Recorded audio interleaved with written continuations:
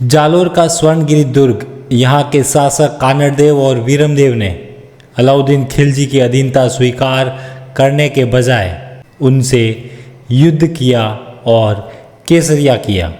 अपनी आन बान और शान को उन्होंने सर्वोपरि रखा। 1311 में अलाउद्दीन खिलजी की सेना से युद्ध करने के बाद जब यहाँ के शासक वीरगति को प्राप्त हो गए तो इसके बाद यह जो दुर्ग था यह खालसा हो गया। तब से लेकर आज तक यह दुर्ग अपनी आन बान और शान के लिए सीना ताने खड़ा है।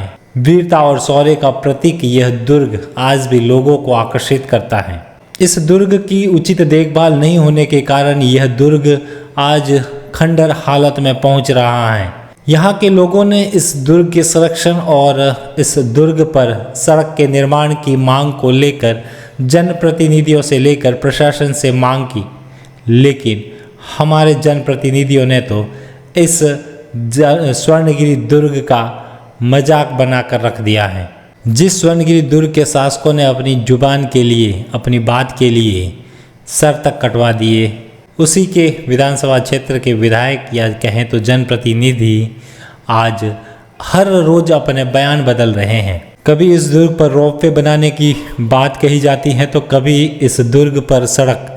20 साल से अधिक का समय निकल गया, लेकिन कोई काम आज तक धरातल पर नहीं हुआ। केवल कागज़ों में ही यह काम चलता रहा और वाहवाही बटोरी गई। एक बार फिर स्वर्णगिरी दुर्ग पर सड़क बनाने की बात को लेकर चर्चाओं का बाजार गर्म हो चुका है। हाल ही में राजस्थान पत्रिका में एक खबर छपी कि बधाई, हमारी खुशियाँ दोगुनी हो गई। जो सड़क मार्ग था उसके लिए स्वीकृति जारी हो गई और लगभग 5 करोड़ के विकास कार्यों की कार्यादेश जारी हो गए हैं। इस खबर में बताया गया कि 20 जून को भारत सरकार के पर्यावरण, वन एवं जलवायु परिवर्तन मंत्रालय की ओर से सैद्धांतिक स्वीकृति जारी हो चुकी है। इसके अलावा करीब 5 करोड़ रुपए के विकास के विभिन्न कार्य के लिए स्वीकृत किए गए हैं, जिसका वर्क ऑर्डर जारी किया जा रहा है, जिसमें पुलों की मरम्मत, दुर्ग की मरम्मत आदि कार्य करवाए जाएंगे। जालोर कलेक्टर निशांत जैन का कहना है कि मंजूरी मिल चुकी है, अब कार्य शुरू होगा। लेकिन 1 जनवरी 2020 को एक खबर दैनिक भास्कर में भी प्रकाशित हुई थी, जरा उसे भी देखते हैं। उसमें बताया गया था कि जालोर को मिलेगा दूसरा रोपवे, 8 माह में पूरा होगा प्रोजेक्ट। इस खबर में जालोर विधायक जोगेश्वर गर्ग के बयान थे। उनका कहना था कि 7 करोड़ केंद्र सरकार से मिल चुके हैं और 3 करोड़ राज्य सरकार से जारी करवाकर नए साल में ही रोपवे बनकर तैयार हो जाएगा। 8 महीने में कार्य पूरा होने की बात कही थी, लेकिन 2.5 साल बाद उस रोपवे का धरातल पर किसी तरह का अस्तित्व नहीं है, किसी तरह का कोई कार्य नहीं हुआ। अब एक बार फिर जालोर के स्वर्णगिरी दुर्ग पर सड़क बनाने की चर्चाएं हो रही हैं। ऐसा पहली बार नहीं हुआ है जब जालोर के स्वर्णगिरी दुर्ग पर सड़क या रोपवे की बातें की जा रही है।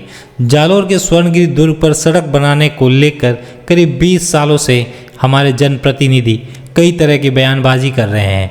कभी जब कांग्रेस की सरकार आती है तो कांग्रेस के जनप्रतिनिधि इसका श्रेय लेने के लिए बयानबाजी करते हैं, और जब बीजेपी की सरकार आती है तो बीजेपी के विधायक इस स्वर्णगिरी दुर्ग पर उनकी तरफ से रोपवे का कार्य प्रगति पर होने की बात कर रहे हैं।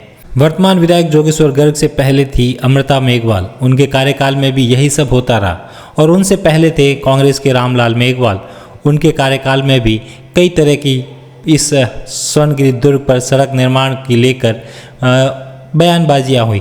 उससे पहले जोगेश्वर गर्ग 2 बार विधायक रह चुके हैं, लेकिन उस समय भी यही हुआ, केवल और केवल इस जालोर स्वर्णगिरी दुर्ग पर सड़क बनाने को लेकर खाली राजनीति हुई। उससे भी पहले जोगेश्वर गर्ग 3 बार जालोर के विधायक रह चुके हैं। 1990 में जोगेश्वर गर्ग भाजपा से जीते और प्रदेश में सरकार भी भाजपा की बनी। 1993 में भी जोगेश्वर गर्ग जालोर से विधायक थे और प्रदेश में भाजपा की सरकार। इतना ही नहीं, 2003 में भी जालोर से जोगेश्वर गर्ग विधायक बने और प्रदेश में भाजपा सरकार बनी। 2008 में रामलाल मेघवाल जालोर से विधायक बने और प्रदेश में कांग्रेस की सरकार 2013 में अमृता मेघवाल जालोर से विधायक बनी और प्रदेश में भाजपा की सरकार बनी, लेकिन किसी भी जनप्रतिनिधि ने कोई ठोस कार्य नहीं करवाया। खुद की सरकार होने के बावजूद भी कोई कार्य धरातल पर नहीं नजर आया और हुए तो सिर्फ दावे। हर किसी की सरकार बनी और हर कोई अपनी अपनी तरफ से दावे करता नजर आया।